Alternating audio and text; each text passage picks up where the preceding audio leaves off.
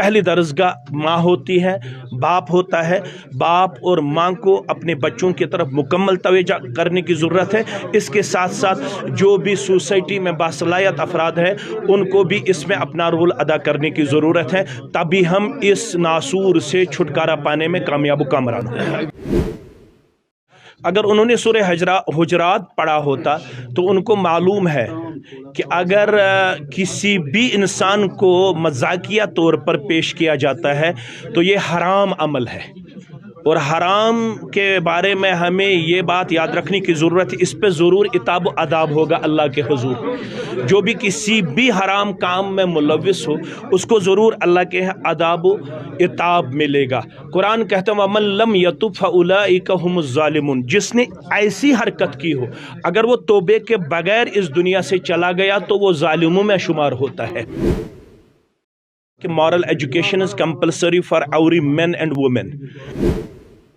لا يسخر قوم من قوم عسى ان يكونوا خيرا منهم، اللہ فرماتا ہے کہ ایک دوسرے پہ آپ کو ہنسنے کی اجازت نہیں ہے، ایک دوسرے پہ آپ کو کیچڑ اچھاڑنے کی ضرورت نہیں ہے۔ ہو سکتا ہے جس کو آپ میمز بناتے ہیں، جس کے متعلق آپ اپنے سوشل نیٹ ورک پہ مزاحیہ بناتے ہیں، وہ اللہ کے حضور آپ سے اعلیٰ ہو، بہتر ہو، آپ سے خیر ہو، آپ سے افضل ہو، آپ سے زیادہ قریب ہو۔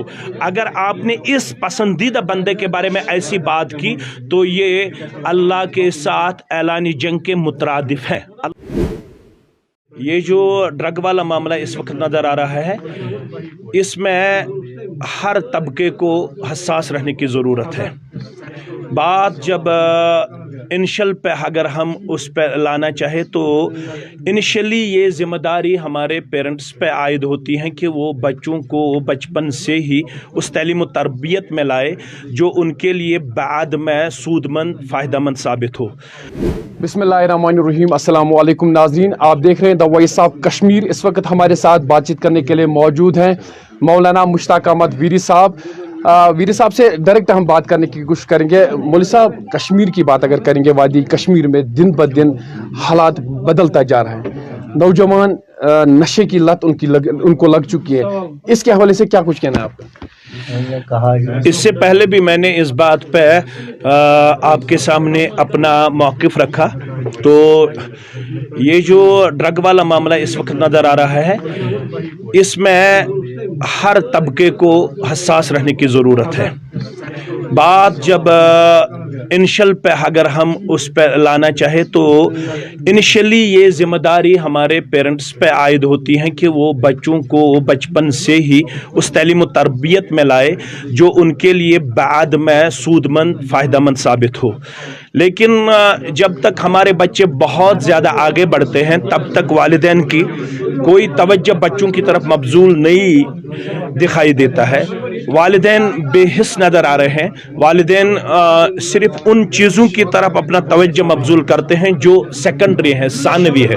ان کو لگتا ہے کہ ہمارا بچہ اگر اس فیلڈ میں گیا تو ہم کامیاب ہیں، اس فیلڈ میں گیا تو ہم کامیاب ہیں۔ ان کو یہ نہیں لگتا ہے کہ آج کل ساری دنیا اس بات پہ متفق ہے کہ moral education is compulsory for every man and women. غیر بھی کہتے ہیں جس کو عربی میں کہا جاتا ہے الحق ما شہیدت بہ العادہ، حق وہی ہے، آنر وہی ہے، عزت وہی ہے جس کی گواہی غیر دے۔ غیروں نے یہ گواہی دی ہے کہ moral education is compulsory for every man and women. یہ جو اخلاقی تعلیم ہے یہ ہر ایک مرد اور ہر ایک عورت کے لیے لازمی اور ضروری ہے۔ لہٰذا مورلی ہمیں اپنے بچوں کو سٹینڈ رکھنے کی ضرورت ہے، ان کو سٹیبل کرنے کی ضرورت ہے، ان کو مستحکم اور مضبوط کرنے کی ضرورت ہے۔ پہلی درجگاہ ماں ہوتی ہے، باپ ہوتا ہے۔ باپ اور ماں کو اپنے بچوں کی طرف مکمل توجہ کرنے کی ضرورت ہے۔ اس کے ساتھ ساتھ جو بھی سوسائٹی میں باصلاحیت افراد ہیں ان کو بھی اس میں اپنا رول ادا کرنے کی ضرورت ہے، تبھی ہم اس ناسور سے چھٹکارا پانے میں کامیاب و کامران ہوں۔ ویر صاحب، اور ایک سوال ہے، سوشل میڈیا پہ زیادہ طور آج لوگ میمز بنا رہے ہیں، چھوٹے چھوٹے کٹس نکال کر بزرگوں کا مذاق اڑایا جا رہا ہے، اور بھی ایک لوگ ہیں وہ کانگڑی سر پہ پھوڑ رہے۔ اگر انہوں نے سورہ حجرات پڑھا ہوتا تو ان کو معلوم ہے کہ اگر کسی بھی انسان کو مذاقیہ طور پر پیش کیا جاتا ہے تو یہ حرام عمل ہے،